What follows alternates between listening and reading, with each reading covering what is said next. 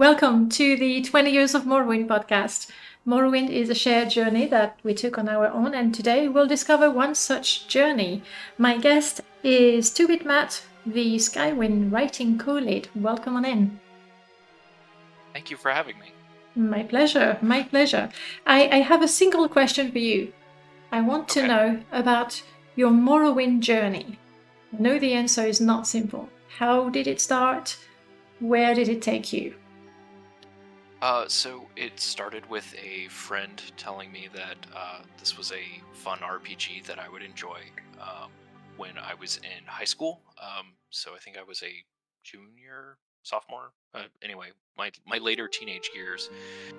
And so I tried to get into it and did not find the game terribly enjoyable.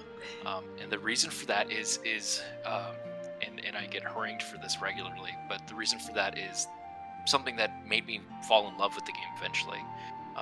And that is the fact that when you get off the boat, you may be this prophesied hero, but you are not that hero yet.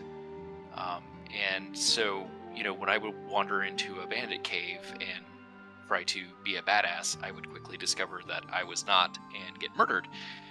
And restart the game, and the same thing would happen until I learned to take my time and explore the world and become part of the world, and then become this, prophesied hero and so much more. So yeah, it became one of my favorite games of all time, and I almost gave up on it because of something that I ended up loving about it is the fact that the game feels informed about the world that it is in a lot of ways. Was it because the games you were playing at the time would make it clear that you're the hero, Yeah, I think that's a common trope in these games, and I'm not putting it down by any means, but it's like if you play Doom, you are the Slayer, like you are this legendary prophesied destroyer of hell, and that's just who you are from the get-go. And another game that I was playing at around the same time period, which coincidentally is one of the reasons that I never had trouble with the hit mechanics of Morrowind, was I was playing Neverwinter Nights, which is D&D based, so D20 based, so you hit and miss based on dice rolls that happen behind the scenes. But even in Neverwinter Nights, this is actually the example I usually bring up in this discussion about the beginning of Morrowind and the getting used to that experience. In Neverwinter Nights, you start off in this, academy that kind of like comes under attack. So you get kind of this tutorial of like, okay, here's the world, here's how you interact with things, here's how combat works, here's how you, manipulate the UI to get information you need. It really lays things out. And even by the time you're dealing with the academy coming under attack and there's a plague in the city and all these other things at the very beginning of the game, you are still given the tools to kind of deal with those problems right away. Mm-hmm. So it's like, if you're going to go lockpick this chest, like here's some lockpicks that are nearby so that you can do that. And that is a very valid way of designing a game. Morrowind just didn't really do that.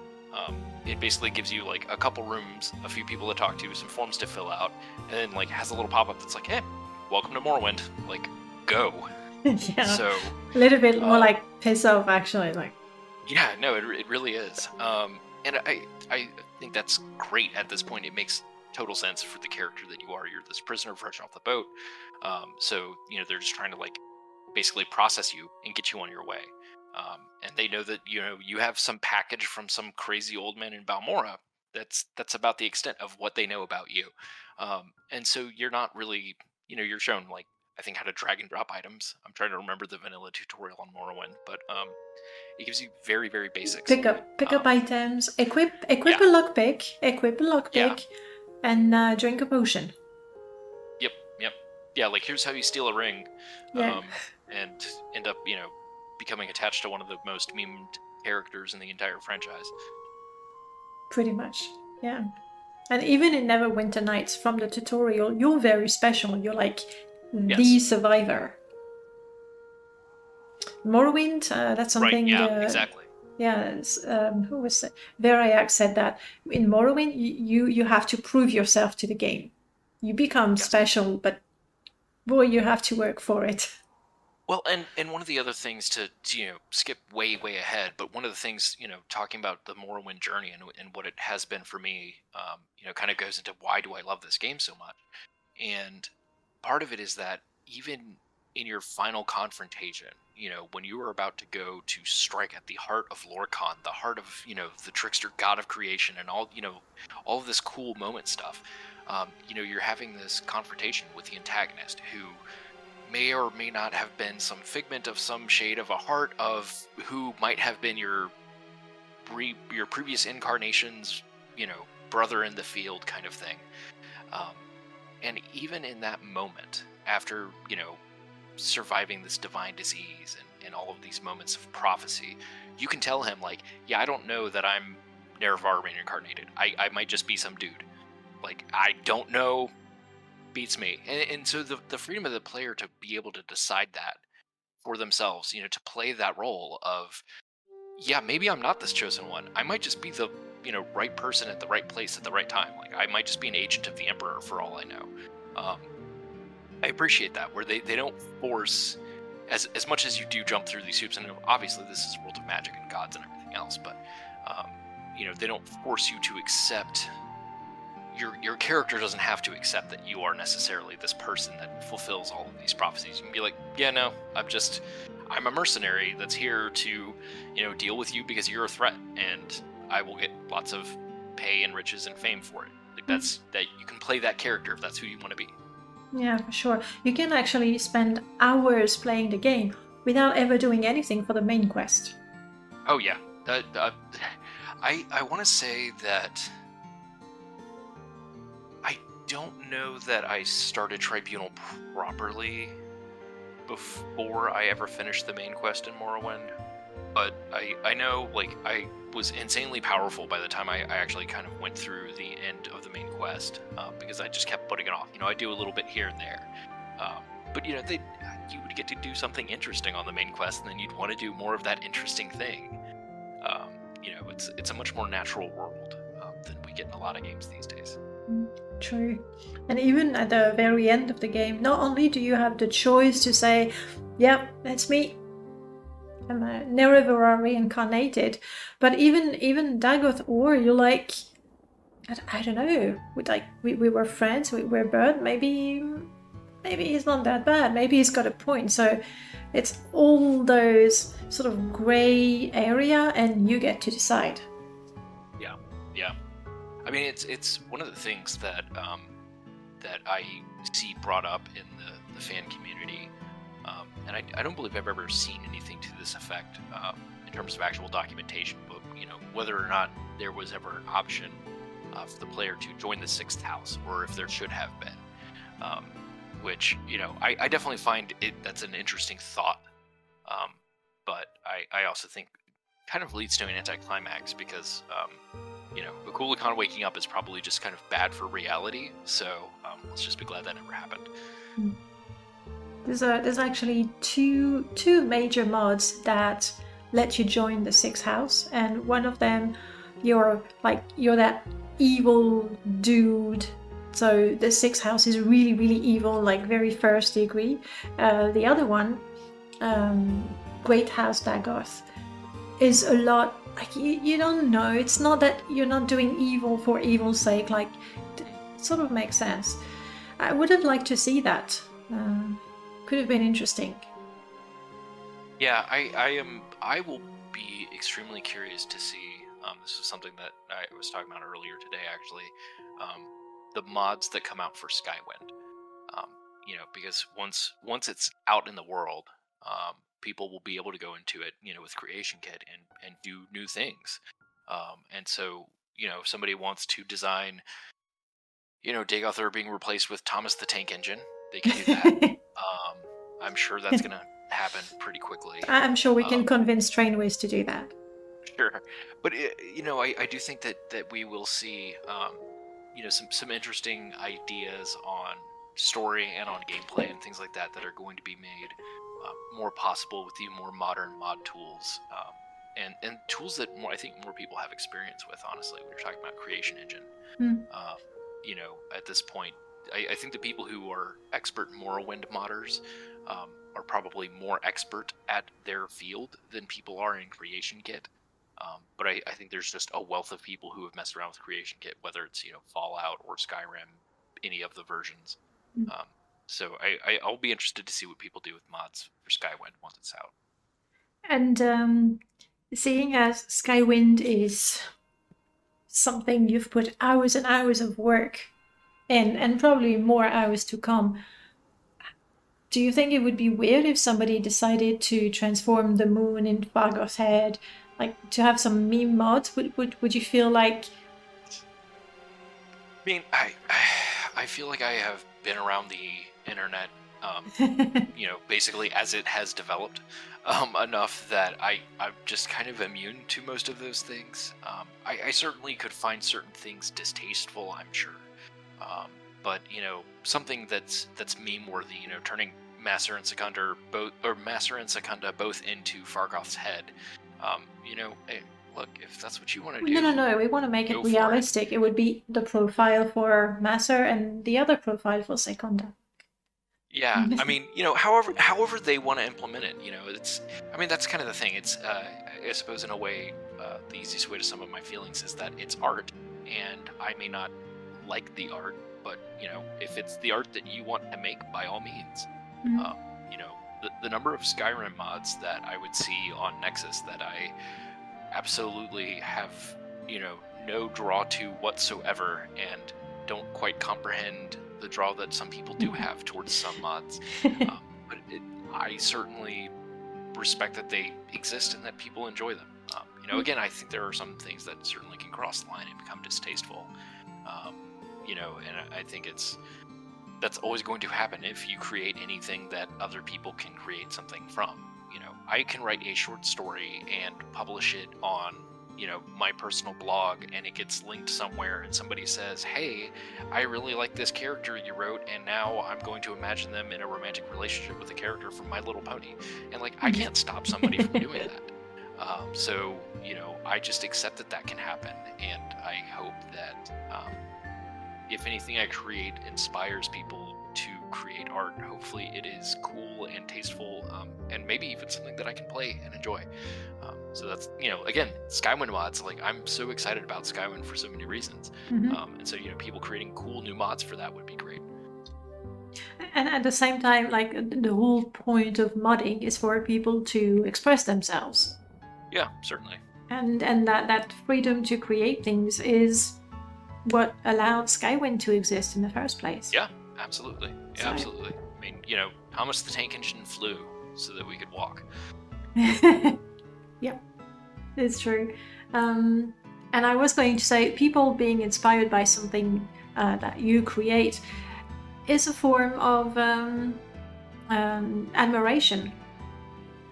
Sure. We take it as a compliment. I think with Bethesda games, sometimes it's a form of course correction almost, where they're like, oh, I don't think, I'm sure that's going to happen with Skywind. There's, we have conversations where people say that, they don't like that we're going to use the Skyrim combat system instead of RNG. You're not rolling a dice to hit in Skywind versus the original Morrowind.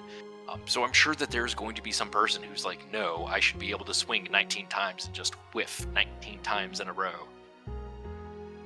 Probably. Hey, if that's the game you want to play, go for it. Yeah, sure. At the same time, play Morrowind. Yeah. That's honestly that's always been kind of one of my biggest arguments. Is I replay Morrowind semi-regularly, and I always enjoy the experience. So I think that people who are purists about Morrowind, I'm like, it's right there. You can still play it, and it's really enjoyable. So please do. So at the beginning of the game of Morrowind, you were like, yeah, not very into it. At which point did you change your mind, essentially? You said later, that's what you came to appreciate. Yeah, I think I couldn't, I don't know that I could say that there was a single point, but I'm also going to tell an embarrassing story about myself here that I think probably maybe 2 family members know, so I don't know why I just decided to do this, but so to make a possible long spiel very short, I started to just feel like this was I mean, obviously it's a fantasy world, but it was a real world in the sense that, there's this agrarian area that is the breadbasket that has this problematic relationship with outlanders that they have captured and enslaved. And this system is what provides food for this, island economy. You have these fishing villages that are also rife with smugglers. You have these far-flung, hard-to-get-to towers where these kind of like hermetic, reclusive mages live. The land just felt very, very alive. Was the first thing. As I explored Morrowind, or as I explored Vardenfell, it just felt like this very living land that made its own sense, and that's a pleasure that you don't often get in video games. It's like, okay, here's Swamp Town, here's Forest Town, here is Mountain Village. Like, I love Zelda, I love the Zelda series, but Ocarina of Time, it's like, yeah, you're literally going inside the giant tree. Then you're going into Death Mountain, which, maybe slightly better name than Red Mountain. I'm gonna throw that out there for all the fans, but but you go, tree place, fireplace, water place. They mix it up a little bit when you go to the Dark World, whatever. So Morrowind just felt like a more living world in that sense. But the real thing that really got me was when I started to realize that the books and the histories and the things that existed in the world were all written from the perspective of being written in that world, of coming with the historical prejudices, the blind spots to moments in history, the complete guesswork in a lot of cases, where somebody's like, yeah, for these 400 years, like, I don't know, like, goblins invaded and nobody knows what happened, and then like there was a colony that survived and then they rebuilt, and that's what we've got for this like 4 century period. And finding that in those books is just so refreshing. It's so real to see this world that's not, you don't like open up the box of text on your screen and it tells you like exactly verbatim, this is the reality of this space that you are virtually inhabiting. The space that you are virtually inhabiting has its own reality that is told differently from different perspectives. And that is no truer than in the main quest and in, your exploration of, what did happen to your previous incarnation. Were you murdered by the tribunal? Were you betrayed by Dagoth? Or was it all of these things? Did you call for Azura to, give you counsel and that's when they poisoned you? Were you wounded and then they murdered you? Like, it's the nitty-gritty details. It's the grander part of what that means to history. And as a student of history and as a writer, I love that. I love that so much. Unreliable narrators are a fascinating tool and reflective of our own world, where we say the victor writes history, and that's very true in Morrowind, and so enjoyable. So I knew that I loved the game. This is the confession moment.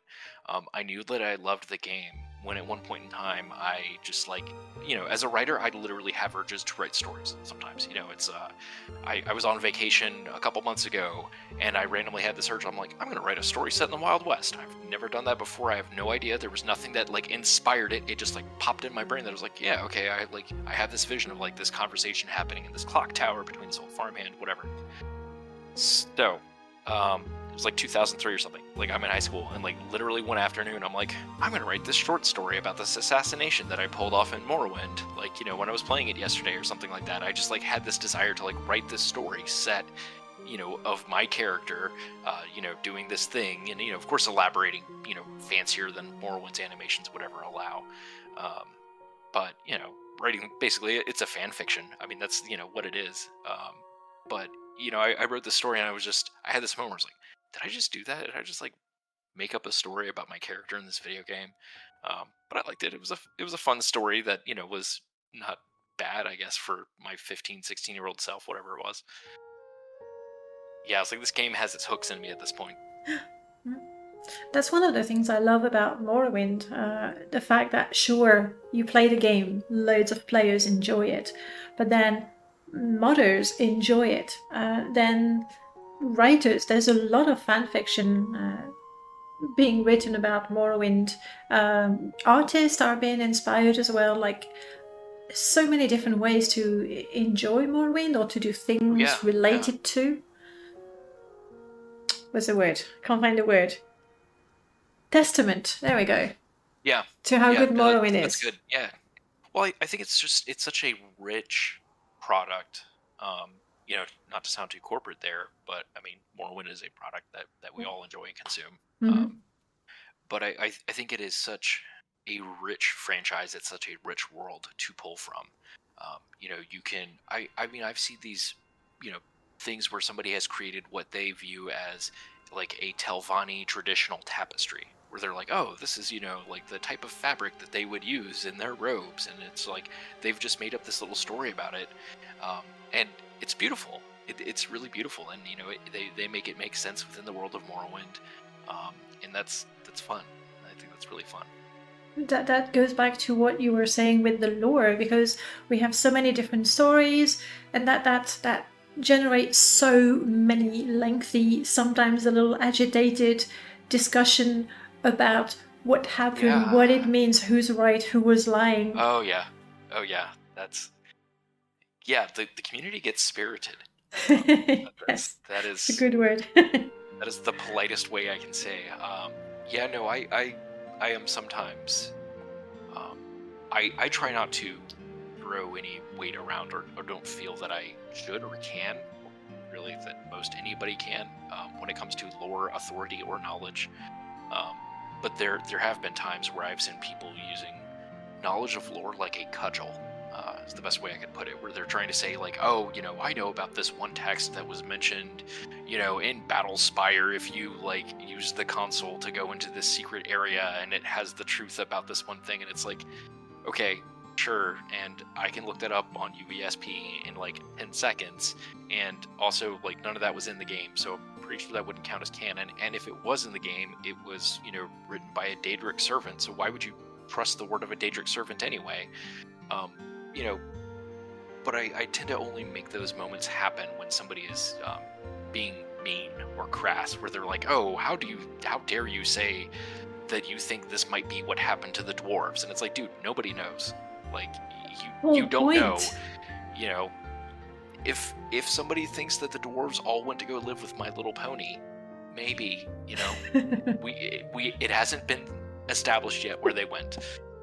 That's the second time you mentioned My Little Pony. I sense Yeah, a yeah, no, I trauma think or something. no, it's mostly when I think about mods and I think about the wide gamut of things that they can run. Literally, the two things that pop in my head are the Thomas the Tank Engine, or Macho Man Randy Savage Dragon Replacers in Skyrim, and then like My Little Pony Space Marines. I don't even know if that was in Skyrim or if that was in a different game.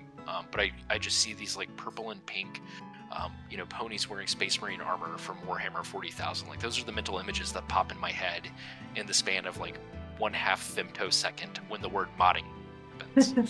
It's just like those pop in there. So yeah, those are my fresh go-to references for anything modding related. Got it. Got it. All right. So how did you go from playing Morrowind to writing for Skywind? So it was a kind of funny, weird journey. I, you know, played Morrowind, played Oblivion, played Skyrim, replayed Skyrim, replayed Oblivion, replayed Morrowind. Here we are many years later, and I guess it would have been about the end of 2019 or so. I was actually applying for a writing position at an opening that ZeniMax had. And, you know, I was like, hey, I would love to work on, I mean, really any of your products. Like, if you guys want me to write Deathloop 2, you know, I'll write parks for the NPCs. Like, that's fine. You know, hey, is there somebody there? Like, fine, I will write those all day long. Like, let's do it. But, you know, so I had to put together a writing sample. and a friend of mine, had kind of been giving me some advice back and forth, and so I decided to set the writing sample in universe. And so, I wrote essentially some what would be the equivalent of like a quest in Elder Scrolls Online. Just like as an example of like I understand, you know, game content, how you need to drive the player forward, and what kind of things make sense in terms of implementation. What you can and can't do. Thanks to familiarity with how those mechanics work. And so anyway, I put this together and sent it in. And obviously, as I sit here in my home office, a K-12 IT employee, I did not get the job. But I happen to be spending more time kind of on Twitter trying to, get to know people in the community and sort of, you know, be out there, I guess, is kind of what you need to be as a writer. I guess you have to have brand and stuff. I'm not good at any of that, so here I am. But I saw somebody tweet something about Skywind, and I was like, oh yeah, like I know what that project is. Like it's awesome, but yeah, I'm kind of with everybody else of like it'll happen at some point, and then I'll get to play it. But I went ahead and clicked to their website because I was like, yeah, they might have like some cool concept art that I want to use as a desktop background or something. So they had the little volunteer section. I was like, yeah, what if there's anything I'd want to do? Because like QA and stuff like that, I don't have enough time. And I'm scrolling down and I see that they're like looking for writers. So I happen to have something set in the world of Tamriel, granted during the Second Era, but here's a writing sample I literally just did for a professional application. Here, let me know if you're interested. And Smitehammer, the writing co-lead, then and now, contacted me and basically was like, yeah, so tell me why you want to write for Skywind. And I was like, because I love Morrowind and I love Elder Scrolls and I'm a passionate writer. I write short stories and all sorts of crazy stuff all the time. And, it's just one of my favorite games of all time. My favorite game of all time, really.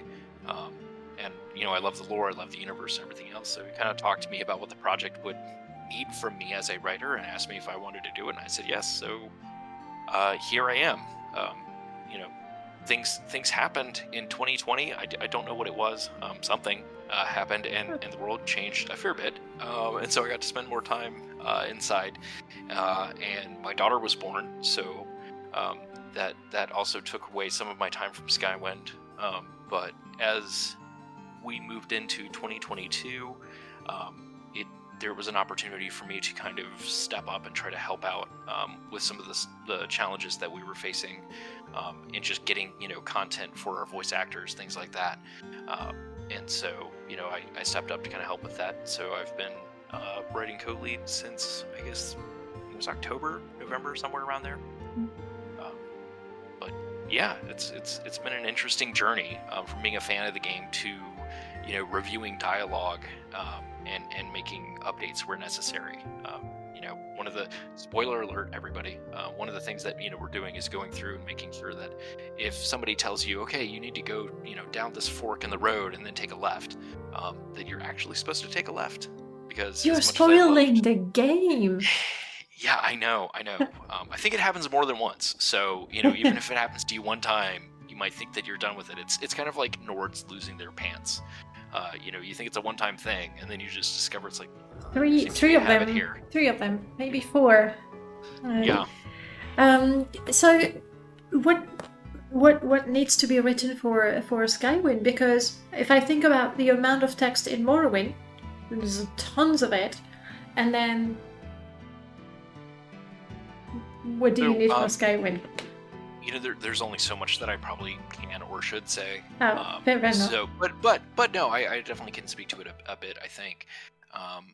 So a great example would be that if you think about Morrowind and you think about those huge blocks of text, they are great for getting a ton of lore information all at once, which is what they're there for.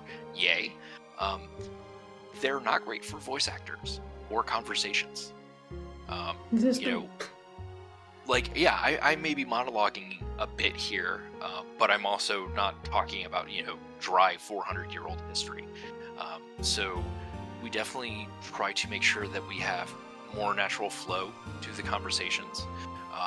We try to make sure that characters' voices match, and by that I mean the written voice, like their tone, so that you don't have somebody who the entire time they're kind of speaking to you like a commoner who's just on the street, maybe addicted to skooma or something like that, and then you ask if they've heard the latest rumors, and yes, let me tell you, I have heard the latest rumor. That's Just that Oblivion sort of flashback. consistency. But yeah, I mean, it's true. It's like you'll speak to somebody and they have this very unique voice and dialogue that pertains to what pertains to that character. But if you ask them about anything else, and you should be able to, but if you ask them about anything else, all of a sudden they just don't sound. They're speaking very differently. Their cadence is different, and with voice acting, that is so much more apparent. So I'd say really our biggest writing tasks is making the game suitable to voice acting. Then beyond that, making rewrites where necessary. As I was saying, like if the directions tell you to go left when you're supposed to be going right, make sure that the person says go right. Unless they're like working for the Prince of Madness and trying to set you on the wrong path or something like that. Fair. And also, I mean, even just grammatical things. There's a number of times where something, just as the eye has gone over it, through however many editors were working on Morrowind, it made it into print, as it were, in the game, and isn't correct, or would sound weird if a voice actor read it as written. One of the examples that I always have, so anybody who's applying to be a writer at Skywind, I'm now giving you a cheat for the application, but I have a thing in a piece of dialogue where they say, I am a Urshalaku clan friend. And it would be, I am an Urshalaku clan friend. And it's just this tiny little thing, but hey, I want to see if people notice it. And anybody who does, I'm like, hey, you noticed that thing? Which, if you don't notice it, it's not like you can't write for us, but it's a thing that I know was in vanilla that can be brought up and improved. So it's lots of little things like that.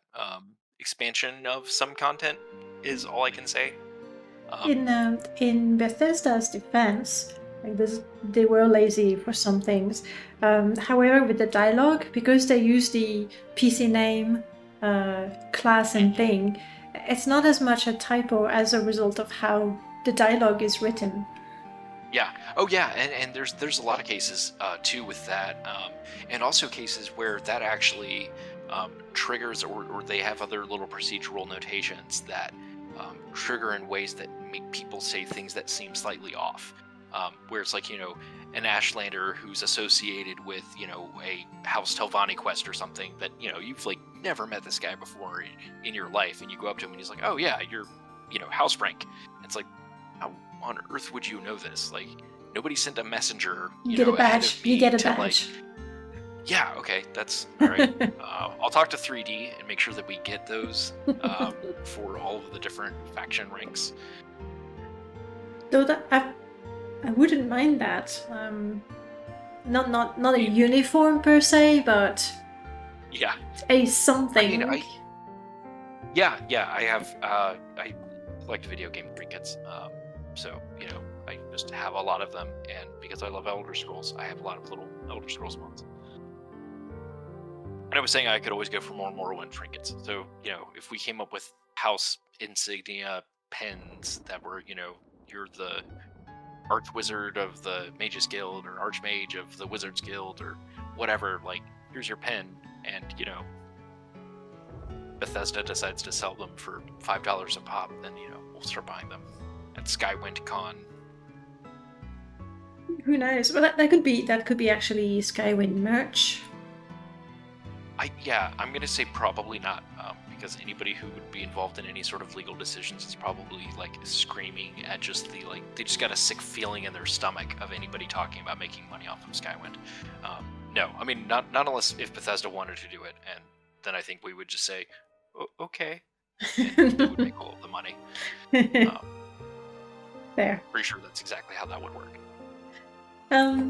So you mentioned that you played Morrowind, Oblivion, Skywind, Oblivion, Morrowind.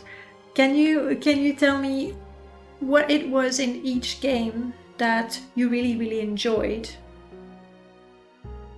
Yeah, let's see. So for Morrowind, I would say the openness of it all. The idea that you could break the main quest probably within a matter of minutes if you wanted to. I'm sure there's somebody who's done, main quest broken speed runs that they're like, it took me 6 seconds to break the main quest, and another 20 to like crash bar Dow into the city, like, whatever. Okay, good for you.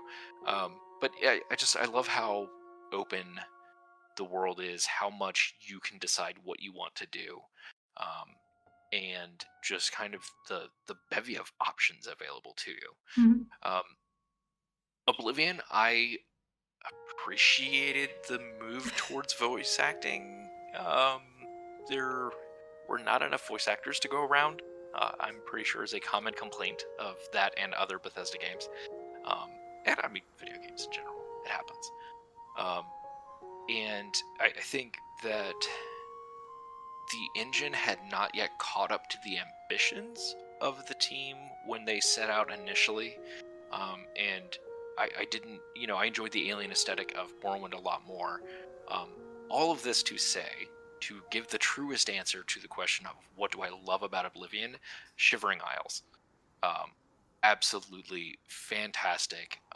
Hands down, for as much as people can pan Oblivion for horse armor and sort of that introduction of DLC, which I don't remember whether or not Oblivion actually coined the term, but that was around the time that we stopped talking about expansion packs and started They talking were about DLCs. They were DLCs.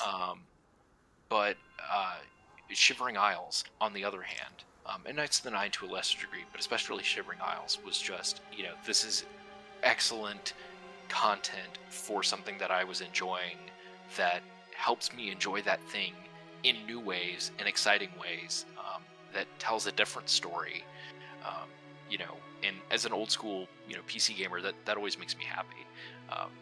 Expansion packs that especially go in a different direction. And so with as, I don't want to say lackluster because I don't want to insult Oblivion in any way whatsoever. It is truly magnificent, but a more traditional fantasy world, if you will, that you get in Cyrodiil. The shift from the Imperial Province to Shivering Isles was just fantastic. It was weird beyond weird. Like, oh yeah, you thought Morrowind was weird. Whew. Come to this plane of Oblivion. We've got madness for you. So that was great. And Skyrim was just absolutely massive and exciting and pretty, and just so much opportunity. The systems that go into place to make it a more realistic world, having the NPC schedules better done, having sawmills around the towns that would be supplying lumber, these kinds of little nods to a more lived-in world. I liked the feel of it, and I was born in the Rocky Mountains in the United States, so mountainous, awesome, cold terrain is incredibly appealing to me, and so I did like the environment of Skyrim a lot, and seeing dragons was cool, and the idea, I actually really I could wax poetic about the idea of the words of power and dragon language, like arguments being duels and all of that. Like I love weird plays with linguistic conception, and the idea of words as power taken to such a literal extreme, with the dragon tongue, and then you as the player character being a dragonborn and having access to that power. I actually really enjoyed that, I think more than probably most people did. Because it's like the shout system is there as a gameplay mechanic, but the idea behind it I found very exciting. And then last but not least, Hermaeus Mora, favorite Daedric Prince, putting that out there. So DLC that was, I guess, not technically focused on him. Everybody wants to talk about the first dragon, whatever. Like, no, it's the Hermaeus Mora DLC. Hermie. Yeah, I love Apocrypha. And the design there, I really enjoyed that as well. Me too, actually. Though when I played the Dragonborn DLC and I went to Solstheim for a hot 10 minutes, I was like, oh, this is Dramaroot. Yes, this is Redoran architecture. Yeah, right. And I was like, and the Silt Strider. Oh, and I was like, oh no. And Yeah. then I went to play Morrowind because that way I had all of that, but more Yep. without being sad. I think the last time that I played Morrowind was when I was going through Skyrim trying to get the last of the achievements that I hadn't cleared on Steam, which was, you know, like I think something about like I needed to like buy another house or something. I don't know. But I was just like, oh, I'm so close to finishing this game, and it's an Elder Scrolls game. I should probably like have it 100% in my Steam library out of like self-respect. Um, so I did that, and one of the things that I had to do was, you know, I light 11 fires on Solstheim or something. I literally don't remember, but I had to go back to that area for some reason. Um, and just walking around, I was just like, I need Morrowind back in my life right now. And so I reinstalled Morrowind and reinstalled a bunch of mods and loaded up my old save games, and couldn't load up my old save games because I had a slightly different version of some mod at some point, but I don't know which one it was, and so I'm just going to start from scratch. And you know, then it's like 60 hours later and I'm, you know, a demigod once again walking around the island. Nothing can replace that feeling. No, it's fantastic. You said that, and the thing is, yeah, 60 hours later you're a demigod, but it's hard to get there. It is. You die to Yeah. rats, cliff racers, the first bandit you see. You're a nobody, so getting Yeah. anywhere means something. Well, and I also feel like, you know, there's always a challenge to your hubris as a player in Morrowind. You know, in a lot of games, I feel like the power scope is kind of in the form of, we have given you more power, and now here's something that is going to test your mastery of it. And in Morrowind, it's often a sense of, you have some more power. Do you think you're ready to try to explore this next thing? Because, you know, there's that Daedric ruin that you passed on the road, you know, 5 levels ago, and before you had this like nice sword, and so now you're like, okay, I've got silver, okay, I can take on some creatures from Oblivion now. I'm ready for this. You know, when you go in and you take on some scamps and you're like really impressed with yourself, you're like, yeah, these little clawed fireball throwing jerks are like done for. You know, here I am, the hero with the silver sword. And then, you know, a Daedroth comes like stomping out of the ruins, and you're just like, I don't even know what this thing is. It has an alligator for a face, like, to start with, and then like the body of a man who's like casting spells and poisoning me, and I don't know what happened, and I'm dead. And I was so arrogant when I walked in there that I haven't saved in 3 hours. Oh crap. So yeah, but you know, I feel like that is a valid experience for a game to give you, and I think, you know, there's something to be said for the games that I know are really hot right now, or the get good games, you know, your Elden Rings and your Dark Souls, and other titles from Software. But, you know, all the Souls-like games where it's a matter of just mechanics and understanding them and being perfect at them. But I like that in Morrowind, along with other games that it has inspired in other games in the franchise, you can kind of choose how you want to approach that problem. You know, do you want to sneak around? You know, you can spend 10 minutes climbing up the mountain by jumping all sorts of weird ways over the geometry to get to where you want to be able to, you know, shoot with some enchanted arrows that you bought somewhere, and, you know, take a completely different approach to the entire problem, or, you know, burn through a bunch of money that you spent on scrolls, but just obliterate everything in the area with some expensive nukes that you bought from the Mages Guild. You know, you have that option. Like, if you're a merchant, you just travel the world, and you run into some trouble, then here, you know, you've spent money to have these scrolls to protect yourself, and you can do that. And a lot of games don't give you that option. They dictate rather strictly how you interact with the world. And Morrowind gives you a lot more options for that, and I like it. Definitely.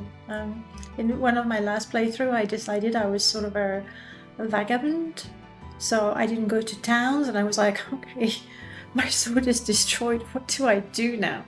So you go, well, I'm gonna start punching things, and of course you die again because you got good with the sword, but now, well, right, yeah, rats are a problem again, and then you go, I'm diseased, but I decided I was cast out from my tribe, so yes, I don't want to go and talk to the wise woman, and you can invent so many stories for yourself, either fill in the gaps of what's happening. It's a bit what you said before, like combat, there isn't so much happening, but then in your mind you can say, and then I dodged, and then I pirouette. Right. So to a greater extent, Morrowind does that. Like, you don't just travel from Seydonin to Pelagia. You look for mushroom, and you try one out, and then you throw up because it was actually poisonous, and then you found flowers and you go, should I eat that? Should I not? Whatever. Like, Eat the everything. stories. Yeah. Yeah. But no, I think that's without going into an entire conversation about what fast travel does to narrative in games and things like No, that. go for it. Happy to talk You about know, that. I do think that there is something to Morrowind. Another point I brought up kind of recently, having a conversation with somebody. Morrowind is more like reading a book, and Skyrim is more like seeing a movie. And I know it sounds strange that I'm making these comparisons to other forms of media entirely, because I normally would shun that. But my reasoning there is that with Skyrim, you have a more demonstrative form of what is happening in this world. So I have defeated this bandit, so I put him down, on his knees, and then I come up behind him and I cut off his head, and you get this little animation that plays, and that's what you do. With Morrowind, as you said, you sort of fill in the blanks. Like, yes, you can say that this legendary hero reborn to conquer this curse and end the immortality of these three new gods, literally was standing there going Yes. like 5 times in a row fighting this cliff racer. Or you can be like, yeah, he was trying to get to a good position on the steep gravel covered side of the mountain where he was fighting this cliff racer, and he just like could not get into position. He kept his footing kept slipping, and so he never managed to land that blow until he finally did and brought it down. That's way more exciting than what is mechanically happening in the game. But it gives you the room to tell those stories, and Skyrim tells you the story a bit more. And so with books, as you're reading a book, it's much easier to imagine what these characters look like versus, when you're seeing a movie, they look like that actor that, you need to pretend didn't exist in any other movie and is just this character. Unless it's a sequel. I think they do those sometimes now. So if I follow that comparison, if Morrowind is the book and Skyrim is the film, Skywind is going to be the film version of a book. You know how many criticism those get? People are never happy with it. So they're never happy with it, but I have to say, when you started saying that, I was like, oh god, she's this is a terrible thing to say. How do I defend this? I know. But I actually I do have a thought on that, and one, you're not entirely wrong, because yeah, we are going to be changing some things. Like I mentioned, we're not going to have dice rolls determining combat, and so yes, you will not be inventing your own story, although I mean really you still could, but I think that also we are taking an approach to Skywind that is one of, if Morrowind was made today, what would be done with it? So would there be more crafting options in Morrowind? Could you do something with the glass and the ebony that you can get out of the mines? Would there be more patrols in the city that might better catch pickpockets? Would there be, and so these are questions we have to ask in terms of the development of mechanics that have occurred in the last 20 years. The advancements in technology that have occurred in the last 20 years. How many NPCs can you have in a cell with modern multi-core processors and gigabytes of memory, versus something that you could port easily over to the original Xbox, granted with a crappy draw distance and everything, but it ran. And so we want to adapt this for the modern medium of video games. Like I don't feel. I like the idea of it being the Elder Scrolls renewal project. We're not saying it is a remaster of Morrowind. We are not saying it is a remake of Morrowind. It is Skywind. It is Morrowind in the Skyrim engine, and that is going to come with differences. I will say, most booked movies, yeah, pretty rough. I think the ones that are most successful, as a book lover and occasional film enjoyer, I think the ones that are the most successful are the ones that accept that they are films and try to be the best film version of the story that is told in the book. Bret Easton Ellis wrote the incredibly disturbing and terrifying, to the degree that my best friend in college would not finish reading it, book American Psycho. And Christian Bale was in a movie titled American Psycho, inspired by the book. And there are some major key differences, and I know some people absolutely loathe one or the other as being the superior one, but I think what makes both of them work in their own respect is that they acknowledge what they are. American Psycho as a film plays with what it is as a film and what you as the viewer are seeing versus what the reader is experiencing reading the book.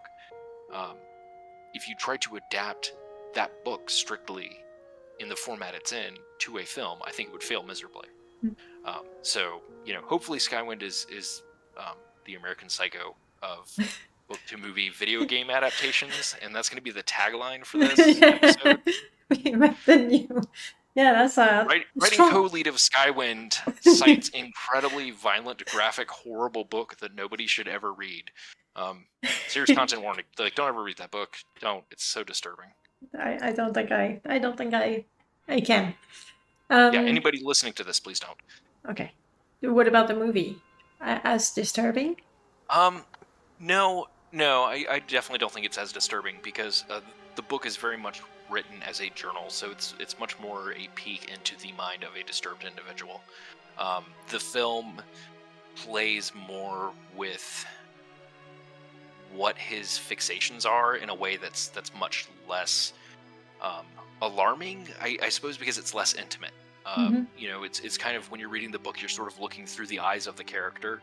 If he's obsessing over something, he might literally write words. Just repeating words of something that he is obsessed with for pages. And so it's just, as you're flipping through, it's just, this is what his mania, his compulsion is driving him towards. Versus the film is a film, so it has to kind of, keep the scenes moving and things like that. And so I think it gives you a good degree more of detachment from the character. And when a character is that intense and disturbing, I think that detachment is good. Probably necessary. But going back to Skywind, I guess it's a tough call to find the right balance between respecting the vision of the original game, but then bringing out something that is, like you said, modern and takes advantage of everything we have available now. Sure, yeah, and especially when that original game is one just held up as a paragon, probably beyond what it has earned. Again, my favorite game, but to say that it is without flaws or design elements should have been changed earlier on or anything else. So we do want to respect that, but as I was saying earlier, it's like, if you are such a purist that you don't want Morrowind changed, then play Morrowind. And there's also a question of, well, what is the original vision? One of the things that I can somewhat talk about, because we've shown it, is we showed the temple. We showed the temple with the flame and sort of the sort of constellation planet thing floating above it. Vivek's temple. Yes, Vivek's temple. And we definitely had some people that were like, what is this? Like, why are there planets floating up there and everything else? And it's like, right, exactly. And so the thing is that, well, where do you draw the line on what is the vision? You know, there are elements that have been openly discussed and people in the community are sometimes aware of gameplay that were cut, or quest lines that were cut, for one reason or another. You know, they couldn't work out something in the code, or, you know, the scope creep on something was going to be too much. And in some cases, those quests or that content might suit the vision or the story of Morrowind more. And then, you know, we have to evaluate, one, you know, how much weight does this put on us? We're an all-volunteer team, you know, so how much extra voice acting is this going to be? You know, are we going to have to create brand new 3D assets to make this? You know, what's the overhead on manpower going to be? And then two, do we feel that putting this in the game is going to be something that adds to the experience? Really, I mean, that's the question: is it going to add to the experience in some way that's meaningful? Lots and lots of decisions. Yeah. Well, and you know, even honestly, just, you know, there's a lot of ancestral tombs in Morrowind. There's so many. Many And a lot of them, families. right. But it's, you know, you sometimes go into these tombs and it's like, yeah, okay, there's like a hallway and a skeleton and an ashy yam that will summon a ghost when I pick it up for some reason. And like, that's the excitement of the dungeon. And so, you know, if somebody's like, hey, I had this really cool idea of something we could do that might be fun in an ancestral tomb, it's like, yeah, okay, let's try that out. And I'm sure there's going to be somebody that's like, you touched the XYZ ancestral tomb. I loved that ashiam. Every time I went and picked it up, I called it Benny, and I loved it. It's like, okay, you know what? I'm sorry we killed Benny. Once again, you can play Morrowind and go hug Benny to your heart's content. Oh crap! The next time I go to an ancestral tomb, I will be looking for the Ashia. Yeah, it's the ashiam Benny. He is actually the prophesied savior. Yeah.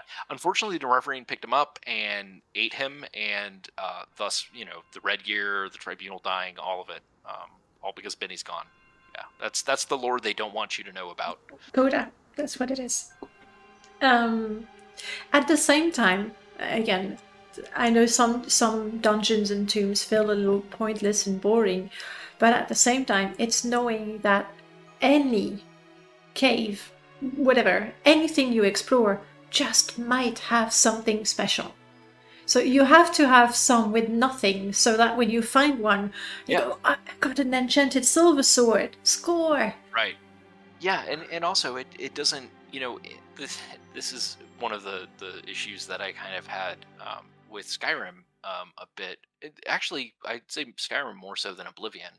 But it's the idea that, like, you know, if I go into here, like, this dungeon is going to have either, you know, a dragon priest or a world wall or a dragon claw, or like there's got to be something. Like, there's a reason that this place exists, and there's no places that don't exist without reason.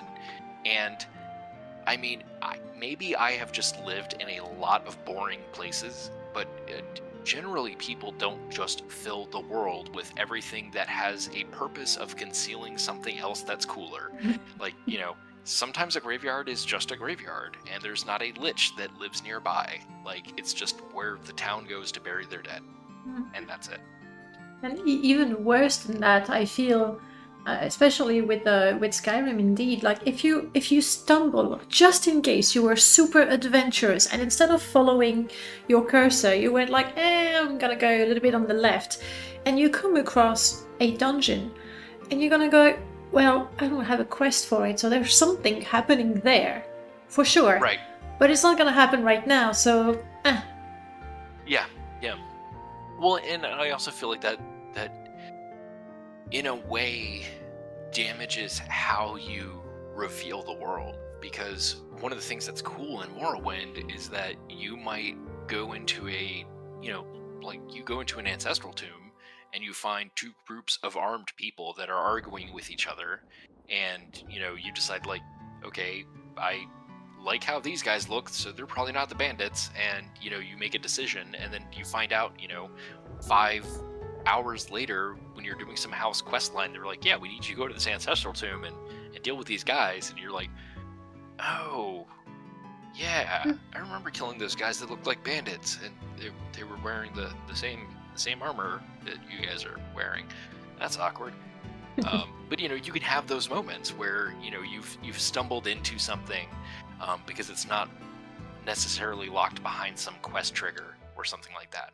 Um, and thankfully, they at least had a system that like warned you when it was like, oh yeah, no, you just broke the main quest, buddy. Don't do that. How is it? The threads of destiny or something? Threads of prophecy, I believe. Threads of prophecy have been severed. Yeah. Don't sever the threads of prophecy. All right, we've talked about Morrowind, Oblivion, and Skyrim. Have you played Daggerfall at some point?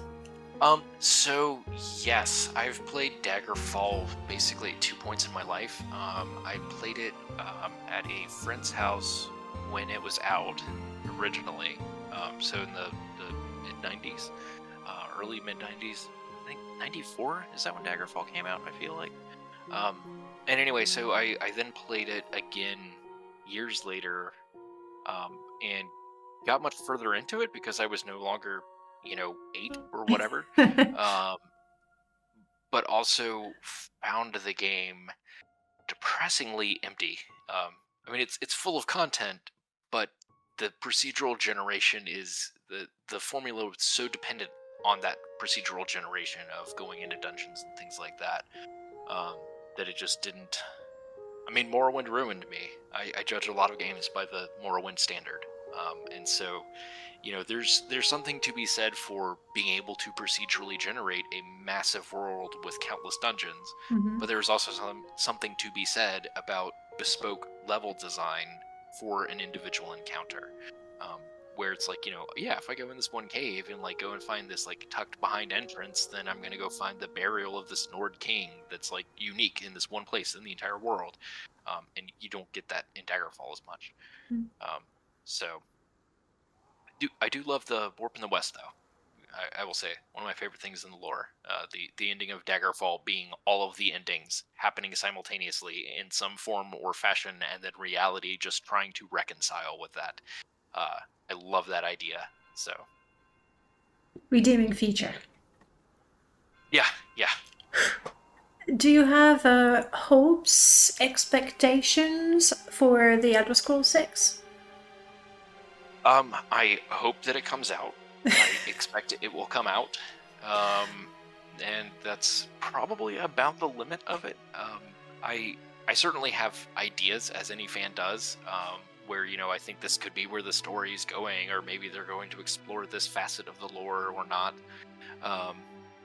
I hope that there is a focus on role-playing and adventure and being able to choose how you want to play. I'm not saying we have to like make stealth archers unusable, but I'm all for. I like games that allow you to take very different approaches towards how you solve problems, and so I would love to see Elder Scrolls 6 explore that some more. Where perhaps you can be, more of a leader of your fellow mer and men, and guiding them towards, making the decisions that they need to make versus having to solve everything with wanton violence. That being said, hey, wanton violence, I hope it's good. I hope it's enjoyable and action packed. I mean, I would love to play an Elder Scrolls game that felt like it had more oomph behind the hits and things like that. I was talking about how I would love to see a game set during the War of the First Council that was like an action RPG that was like sort of like a top-down where you're just like engaged in this like brutal massive numbers of enemies on screen, climbing up the slopes of Red Mountain kind of like battle. I would love a game like that. It would be a completely different experience. And maybe Elder Scrolls 6 can deliver some of that, where they're going to make it a much more visceral and kinetic feel to the combat, or even to the magic.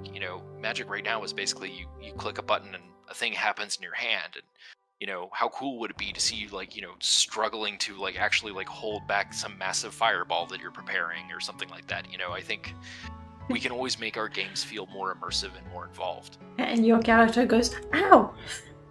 Oh. Yeah, probably. Yeah, my character would be like, yeah, no, I'm done. It's like, now, that's real. Guys, this is really warm. I don't know. Do you guys have a warm ball? Fireball just seems like not doable. An overkill. What does the scroll say? Blizzard? Okay, no. Can we do like some snow? Can we get like 3 inches here? Like blizzard, that's no. They're gonna shut down school. Then what do I do? To take the day off work? Can't do that. When you were mentioning magic, I need to remember the name of that game. Oh crap! It's not gonna come back. But basically, you had to draw the runes with your mouse, which is not super immersive. Oh, yes. I can think of a couple games that have used a mechanic like that. One of the ones I think that might have had it, and let me just see here. I don't actually know if this game had that feature or not. Dark Messiah of Might and Magic, I know, had some sort of weird spell crafting. Dark Messiah was really good. But that's not the one. Crap. And people listening to us, they're probably shouting the name of the game, and there we are, looking for it. It's an arcane game, I think. Well, there was Lost Magic, which was on the DS apparently. Arx Fatalis. Oh, yeah. Yes. Yes. Okay, yes. That was nice. Quite immersive. Geez, that was around the same time as Morrowind, actually, I think. 2002. That was. 2002. Yeah, 2002. Mm-hmm. June 28th, huh? Go figure. So it's something, more immersive for magic would be cool. Like where you would have to, you had to memorize the runes to be able to cast a spell.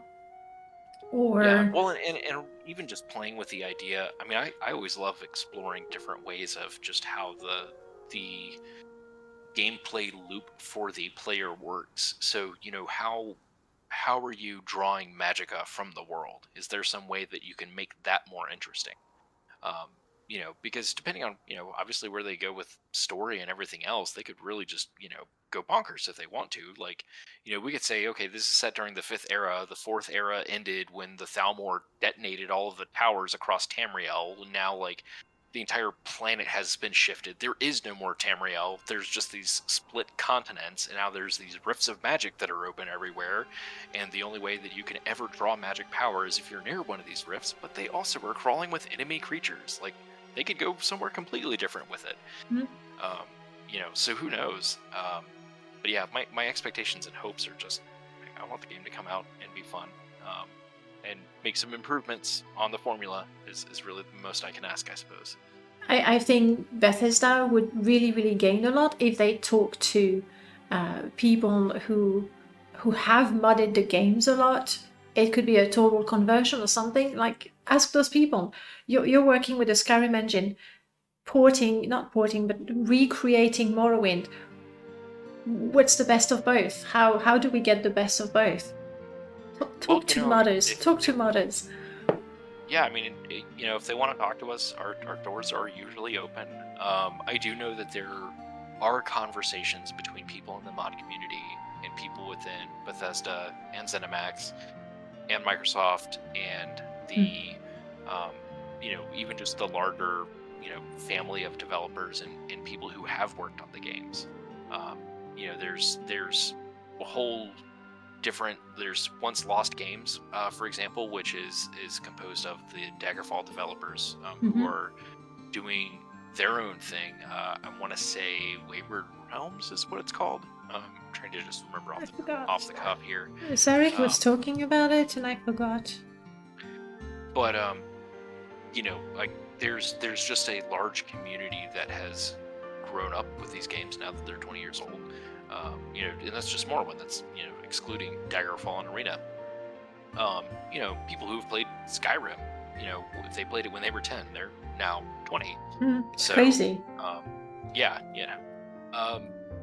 But all of that to say that, in those years, there's been a huge community and, people have crossed paths and gotten to know each other and talk to each other. So I certainly welcome open dialogue. I think that more open conversation is generally going to be good. I think there have been times where, either people had a expectation from a developer, and this isn't just Bethesda, but people had expectations from developers that, they could do certain things with, their tools or, whatever, and because of a lack of communication, you had bad experiences in those communities. And so I definitely think that, people talking to each other is generally going to be a better thing. Agreed. And again, in Bethesda's defense, people often say, "Oh yeah, Bethesda, they make the game and then modders fix it." Just sort of a running joke, which Yeah, certainly. to some extent is true. At the same time, it's a lot easier to look at something and say, "Hey, I'm gonna change that to make it better," than to make a whole new thing. So we have to keep things in perspective. Yeah, I think that's one of the beautiful and terrifying things of working on a project like Skywind is the scope of it is to the degree that, which I mean, honestly, I think if anybody were to step back and take an objective view of modern game development and what kinds of bugs are in the game versus what kinds of things they caught. As somebody who works in IT, who did work in software development, yeah, okay, your horse can go up the side of the mountain, or like you climbed on him at a weird angle and he suddenly died and flung you 3,000 feet up in the air, and then you died and it sucked and it ruined your afternoon. Okay, fine. You know what? They caught the bug that caused a memory leak that was causing the 360s in the QA lab to brick. So your console didn't break. Mm-hmm. Your character died. And I'm not saying that, some of these bugs aren't annoying, or, when a line doesn't make sense or a character's voice never got swapped in for the final recording and you get something that sounds really tinny and weird and out of place in the middle of a climactic moment. Like, yeah, sure, bugs suck. But the sheer scope of something like that, to be able to catch half the things that they catch, let alone all that they do catch.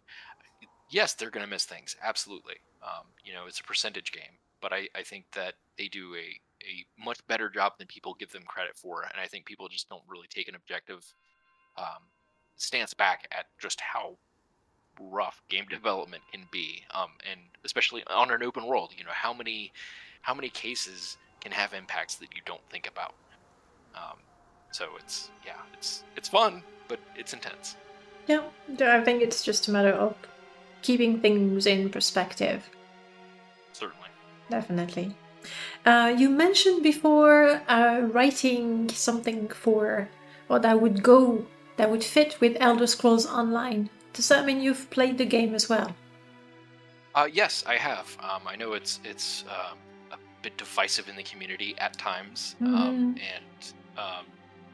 I can respect people having feelings one way or the other about it. I enjoy Tamriel. I enjoy stories set in Tamriel, and ESO has that. Mm-hmm. So I find that more appealing than, say, World of Warcraft, which I also played way back in the day.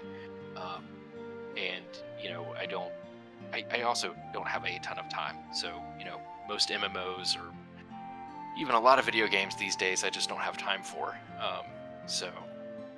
But yeah, I think ESO personally, I enjoy it. I think the team that's working on it really does care about Elder Scrolls, and I think they've put out a lot of wonderful content. And like anything, I'm sure there's content that people don't like.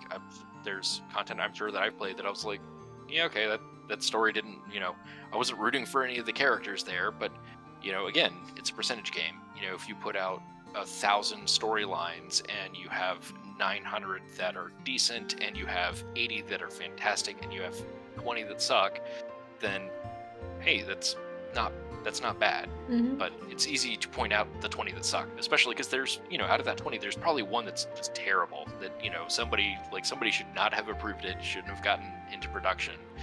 I mean, I've seen things like that in Skywind. I'm not even gonna pretend. Like there have been times that I've seen things and I'm like, what? No, why is this written this way? Like, why did this character change their motivation halfway through this quest? Like, no. Like, can we call this voice actor back? Like, can we fix this? Like, this is no.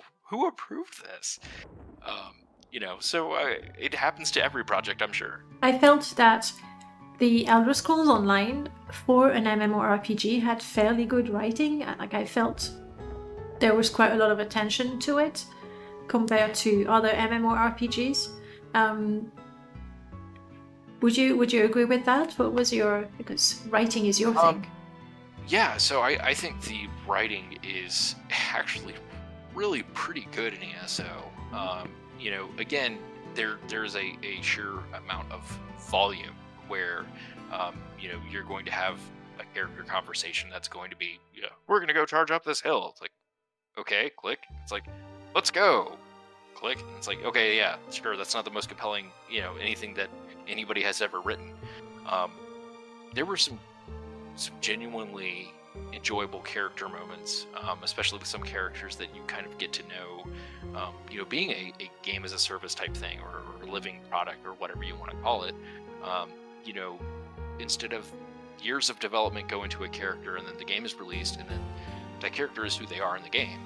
Here you have a product where you're introduced to this character in the base game and then you don't see them and then they show up in the expansion two times down the road and you're like, oh, hey, what have you been up to? And they're like, oh yeah, I was doing this thing, and they reference back to a quest that you did together back in the original game, and you have those options as a writer in a game like that to do things like that. And I think that's unique and fun thing to be able to play with. And beyond that, I think that they, again, there's an immense appreciation for the lore and the depth that you can explore it. I think from the writing team on ESO, their lore master, the previous one, Lawrence Schick, and the current one, Lehman Tuttle, and I'm pronouncing that correctly, are just fonts of knowledge. And the best thing is that with that knowledge at the forefront, they believe that the canon of the game is not immutable. It is not unchangeable. And I think that's one thing that a lot of Elder Scrolls fans kind of take umbrage with is, the fact that like, oh, well, now we're telling the story that something happened in the second era that's different from what a book says in the third era. And it's like, yeah, people can lie in history books. It's possible that you're telling that the version of the story that you were reading in the third era was a retelling of the story that had brought it into a more modern context in order to justify an economic policy that the Imperial Council was trying to pass at the time, that required the support of the nobility. Like, you can easily write these things, into themselves if you need to. And I think that's, I feel like sometimes that's the problem with fans is they're like, well, no, I don't want to do that. I want it to be just the way that I imagine it to be, and it needs to be that way for everybody. Just tell me. I want right. the truth. Right. Yeah, and that's, again, that is a thing that made me fall in love with Morrowind, is that the truth isn't always knowable. And, I mean, that's true in life, It's like, okay, there was a squirrel out here a minute ago, and then I saw a bird flash by the window, and now I don't see the squirrel. Where's the squirrel? I will not ever get that answer, more than likely. Did it duck under a bush? Absolutely. Did the bird swoop it up? I don't know. I will never know. That is a fact of life that I cannot discover for myself, and that is an aspect of reality that is not explored in video games a lot, especially video games that depend on fantastic histories. So often it's like, oh, so-and-so begat so-and-so, and these gods made the world, and this is exactly how it all happened, and, like, that's the truth, and all of the churches understand that, and, like, we're good. Our difference is that your ears are pointy and ours are not. And Morrowind plays with it. The Elder Scrolls plays with it. Skyrim, one of the big questions, is Talos a god? Did this man ascend and become a divine, or are there 8 divines? Like, what is the nature of that reality? And that forms a theological question that inspires war. With Skyrim lore, I always wanted that I wanted more about oh crap, my goodness, I can't find my words. The high elves, Thalmor. I want more about the Thalmor. I think they're clearly bad guys, and they're trying to rule when they have no business rule. Like there's got to be more to it. It's really interesting, and it's actually one of the things that I've seen brought up and criticized in different directions. But the Thalmor actually were brought up in ESO. And so it's this organization that's kind of waxed and waned throughout Aldmeri politics over the eras. And I find it fascinating when you look into some of the I guess I should just say theories, but I almost want to say probabilities of what the Thalmor seem like they might be up to. And one of the ideas being that, they're this nihilist faction that wants to, like, destroy the towers and basically, like, unhinge creation from itself. And I think that idea it's so interesting that it's like, it's these villains that they're not even trying to take over. Like, they're taking over as a means to an end to undo creation because they see that as a mistake. I think that's incredibly fascinating, and if that is where they are going with it, I want them to lean into it hard. I want these to be like these like void worshipping, like, the absolution of annihilation worshipping, like, fanatics. I think it's just an incredibly interesting idea, and it pits them against everybody else. So, like, what greater villain?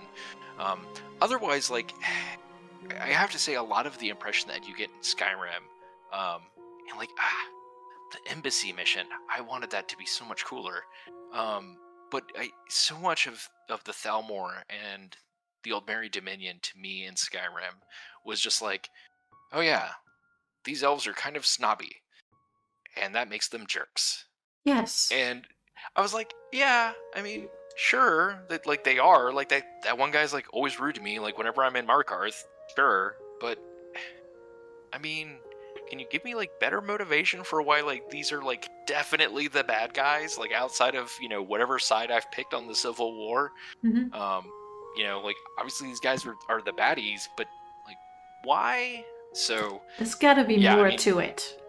Yeah, with 6, I think that, whatever the Thalmor are actually up to and trying to achieve with what they have been doing in and around before Skyrim, I hope we see the fruition of that in some form or fashion. I mean, who knows, man? Elder Scrolls 6 could be like, it turns out that it's actually also Fallout 5 because, like, the Thalmor have completely succeeded, and now it's just this, like, post-apocalyptic wasteland. Ron Perlman is a dark elf. Like, I don't even know. And the colony needs help. Yes. It's actually also a Starfield tie-in. Preston Garvey, like, calls you from space, and he's like, hey, now that you've completed the tutorial area, let us show you other planets. We'll see. And if it doesn't work out with Elder Scrolls 6, there's Elder Scrolls 7. Yeah, there you go. Yeah. I mean, that's, and I have to say, it's a harsh thing to say, but it is kind of fair. You can make a misstep in a franchise, and you can recover from it. It comes down to whether or not you can learn lessons along the way. And I think that whatever else you might say, I feel that Bethesda does learn. In their development, I think they learn a lot as they're developing. I think they learn a lot after development. They don't not pay attention to the mod scene. So they certainly see things that people think to do, and they're like, oh, well, maybe, we can improve that. Hey, fishing. Good idea. Yeah. But, it's interesting sometimes, like, when you catch little peaks of that. An easy example would be that a feature that was introduced relatively early on in the life cycle of Elder Scrolls Online was area looting. So, like, you killed, a clan fear over here and an Ogrim over here. Well, you go to the Ogrim body and you hit the loot button. It pops up the UI of, like, here's what was on him, but also here's what was over on this creature over here and this creature over here that you killed. And in Fallout 76, I want to say, like, sometime last year maybe, they introduced that feature. It's a totally different engine, totally different game, but it was a thing where they said, hey, this is a quality of life shift that, improves the loot experience of the player. So we're going to put this in this other game.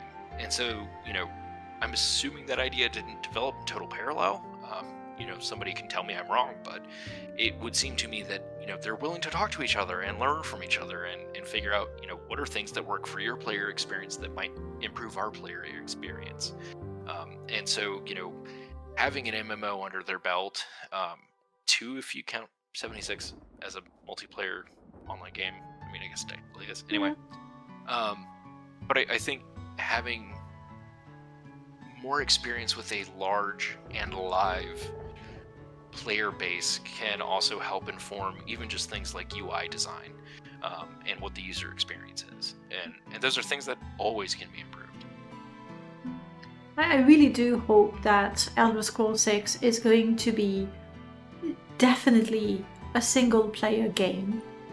I wouldn't want to see MMORPG tropes in there. Yeah, same. I think that's, one of the things that I hate about criticism of ESO is they're like, oh, we're on Elder Scrolls 6. And it's like, they're totally different studios. It's a totally different creative team. It is a completely different process. It's a completely different game. And never the two shall meet, I don't think. I can think of a number of games that I have enjoyed that at some point in time in the franchise, some executive said, yeah, but where's the multiplayer mode? And so, you buy this game and then they're like, oh, we've got this multiplayer mode with these characters that we wrote in the last 3 months and spent a ton of money getting licensed music for because, creative executive number 3's uncle works for the record studio and wanted us to get this licensed music. So it's like, okay, cool. I can enjoy this game now with a song from the Red Hot Chili Peppers, but you guys cut like the end of the game. Like literally the story of the single player doesn't resolve. But hey, Red Hot Chili Peppers, this is cool. Deus Ex, I love that. I love that franchise.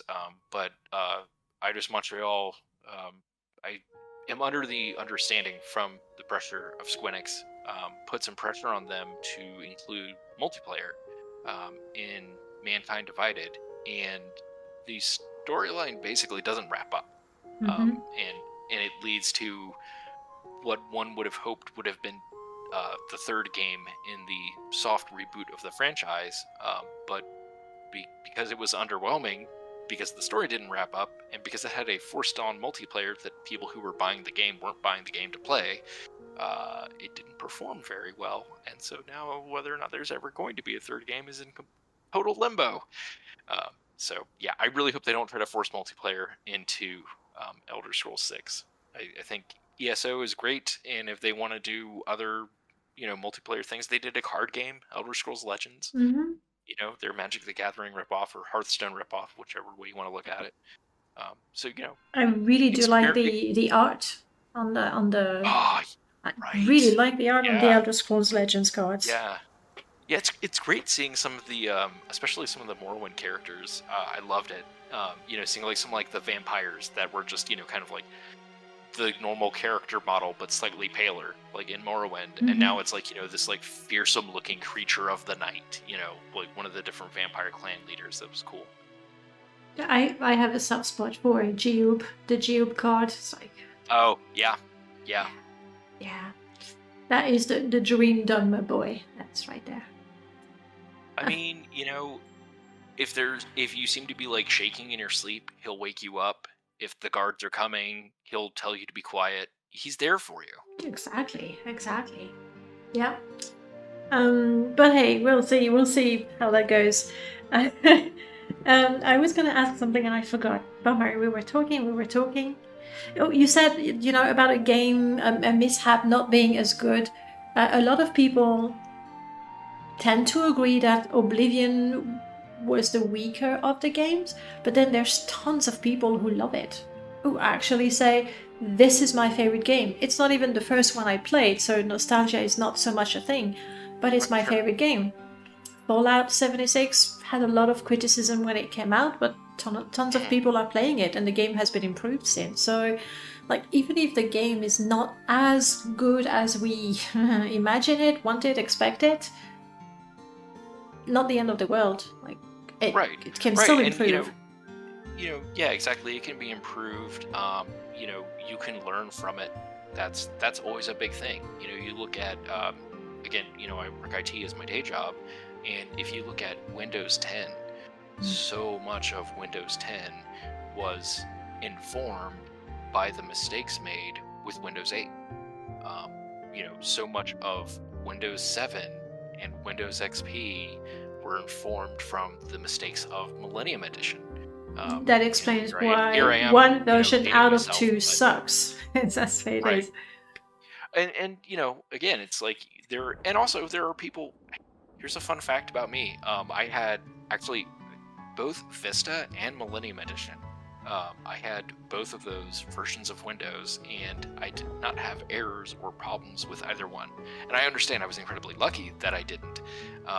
But like for me, just like some people like love Oblivion, like it could be their favorite game ever, and there's nothing objectively wrong with Oblivion. Like Oblivion doesn't brainwash you to think that 1+1=3. So if it's somebody's favorite game, I say more power to you. Um, people like what they like, and even some objectively bad games can be fun. I mean, Goat Simulator, that became a whole big thing. Like I don't know, 2016 or something like that. But that was, I think, Coffee Stain Studios or something like that. They were like the people that worked on the Sanctum series. It was like this tower defense game, if I recall correctly. And they just had this, physics proof of concept demo that they came up with. That was, you as a goat in this little like kind of like playground construction set area or something, and you could just do dumb physics things, and it just became insanely popular. And then they started selling it as a game, and it was not anything. So it's easy to look at anything that doesn't necessarily appeal to us directly and say, yeah, that's objectively bad, or it's not good, or it's unfinished, or whatever. But if somebody else enjoys it, they enjoy it. Very true. You mentioned earlier that you were looking at the Skywind website and you saw all the people they needed and then somebody to write. Is Skywind still looking for concept artists, writers, 3D artists? So basically, you can always apply. I don't think at any point in time anybody would say, how dare you even think that you could offer your talents to us. Depending on what it is, there are situations where we don't necessarily um, need a broad application of a certain category. So, like with concept art, as an example, then you would say that we're looking at mostly prop artists. Like we need to design certain weapons and shields and a couple artifacts. But if you're like, oh, I have some ideas about, like if you were a concept artist who loves drawing cityscapes, like sorry to disappoint you, like we've got our cities figured out. Like that's kind of where we're at on that.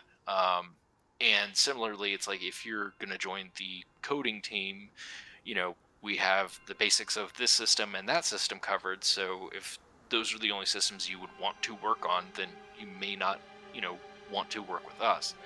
But we have lots of kind of general applications, and I know writing, we're absolutely taking people. There's a lot to be done. Music, I think we're still trying to get some more music for the game. QA can always use people. But yeah, we have a volunteer section on the website, and so definitely anybody who is interested in volunteering with us is welcome to do so. All right, we'll put the links in the description and everything. Okay. Right, we've covered quite a lot of things. Is there something you wanted to talk about that we have not talked about? You know, there probably will be in about 3 hours when I'm like in the car listening to a podcast and thinking about something smart or cool I should have said here. But no, I mean, I appreciate the opportunity to speak with you. I love the Elder Scrolls franchise. That's why I'm willing to put a bunch of hours of free time into it to try to make something that fans and people like myself will enjoy. I will say this, I did have a chance to play the Skywind build earlier this year, now that I am a lead, and just kind of poke around and see what was in the game. And it is the only time outside of Morrowind that I have felt the pang of being in Morrowind that way. It truly felt, I felt like I was playing a new Morrowind, and it was incredibly exciting to me, and made me wish that I could just clone myself and do so much more for this project, just so that other people can play it and enjoy it. Because Morrowind is a great experience, and I want everybody to enjoy it in the world. And I totally get that a lot of people struggle with trying to enjoy it today, 20 years later, because it is an aged game, and I think it aged like a fine wine. But other people get a taste of vinegar, and I can understand it. True, that's really true. Now you make me dream now. Like if Skywind can give that feeling. Here's my secret wish. I want to forget about Morrowind, and I want to play it again. Yeah. I want to discover it again. I mean, your results may vary, but I will say that for me, like stepping out into Sedanin and just looking around, and seeing the Silkstrider outside of town. The first time I went into Balmora, I was absolutely floored. It was so fantastic. It's this town that I don't know how much time I have spent over the years. I mean, literal hours of my life have probably been spent sitting in front of my computer in that little virtual town and seeing it, in the updated engine. Seeing the NPCs walking around, having their lives, in Balmora, and having that kind of scripting and the voice acting and the sounds of a city. It was just beautiful. So I hope that other people get the same feeling. And if they don't, you can sue me for all the money that I made on this project. And I will not see you in court, because I don't think any lawyer will take your case for $0. That's true. Did you have that feeling to any extent with the Elder Scrolls Online Morrowind? Because you started in Sedanin.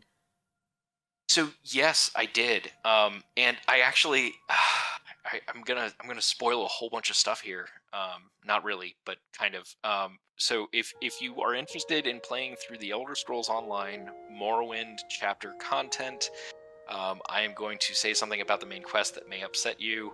So stop listening now for like 3 minutes or something. Go.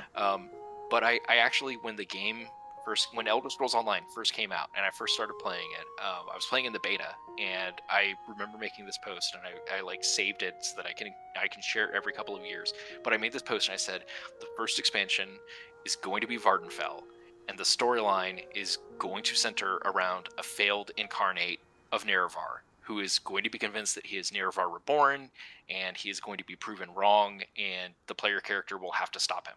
Like I'm calling it right now. And that was it. That was the storyline, and I was so excited. And yes, I did get that feeling. It was definitely different, just because the experience is different. You don't have that, oh wow, this huge wide open world beside me. When there's like a Frost Atronach camel like running past you. You're like, there's this wide, whoa, what is that thing? Why is he on fire? Okay. So it's an overall different experience, but it felt like Vardenfell. It was lovely and alien, and one of the public dungeons has the hint of the return of the sixth house, and that was the most exciting thing for me personally. It was like you going into this dungeon and kind of exploring around, and like there's references to like the Forgotten House, and you see like hammers and bells and stuff like that around, and as you get further in, it's like, yeah, this is House Days Ago. Yeah, okay. So okay, as you're playing, I know what's happening here. I know. Yeah, definitely. That feeling is very, very nice. The biggest thing for me that I will say hurt was that being in MMO space, there are restrictions on where they let the players go because they don't want to be sending GMs in constantly to get you stuck out of level geometry. And so I miss being able to explore Red Mountain and jump to my own ill-advised death 20 times an hour. And also the fact that, like, I got into Seidanin and I was like, it's exactly the same. I didn't like that. I understand why they made Seidanin exactly the same. Yeah. But well, and I felt like they actually played more with some of the other towns. Aldrune is like not built up at all. I like you've got that. Scar, like you have the giant mud crab shell thing, but you don't have the settlements essentially like around there, and it's mostly Ashlanders living in the area at the time. So I like that they played with that. I think Seidanin, I think for them it's so iconic because it is where you arrive, that they wanted to preserve the iconic look, and they did. For better or worse. I love Balmora. It was great. Seeing Vivek City under construction. I when I play ESO, Vivek City is my home base actually, because I like the convenience of where the banks and the mailboxes and whatnot are. There's not mailboxes. I don't know why I'm saying that. Playing WoW too many years too long ago. Possibly, yeah, that's nice. But anyway, thinking of the posts for Rids. Yeah. Yeah, you get letters directly. I'm there now. But out of Seidanin, like there's the Smuggler's Cave, there's the tomb, and the other tomb, and that's where you go when you start the game. Yeah. But you couldn't. It's like, where's the cave? There might be a door, but you can't go in, and that was just frustrating. Yeah, and that's and definitely part of it is just that it's a different era, so maybe certain places haven't been opened up, but then it's also certain places are tied into certain quests, and so it's a different game. Right, and that's the thing. It definitely is a different experience. If I was looking for the deeply immersive single player RPG, I would not be playing the massive multiplayer online RPG.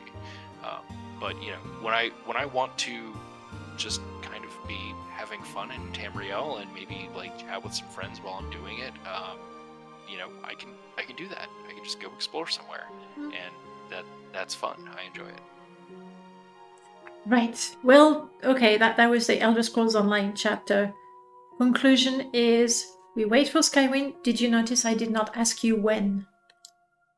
Yeah, I appreciate that, because when is such an interesting concept. Time, quantum physics, all that fun stuff. When people ask you when, just send them a really tricky equation. We actually have a bot answer on our Discord that just like provides automatic little answers to that. I'm just gonna go in our public chat right now and trigger it, and then somebody at some point is gonna go, why did that just happen? And it says that Skywind will be released when we have 150 Gwar emotes. We just have it automatically generate things. You don't have anyone? Nobody sent you Gwar emotes. Right, here's 50. Nobody has. I'm going to go ahead and say the bot lied to you. Whoever is like at home right now figuring out the amount of time it's going to take you to do that, you're like, I can do that. I think we can play for Christmas. You're not going to get the game released. It's not going to happen.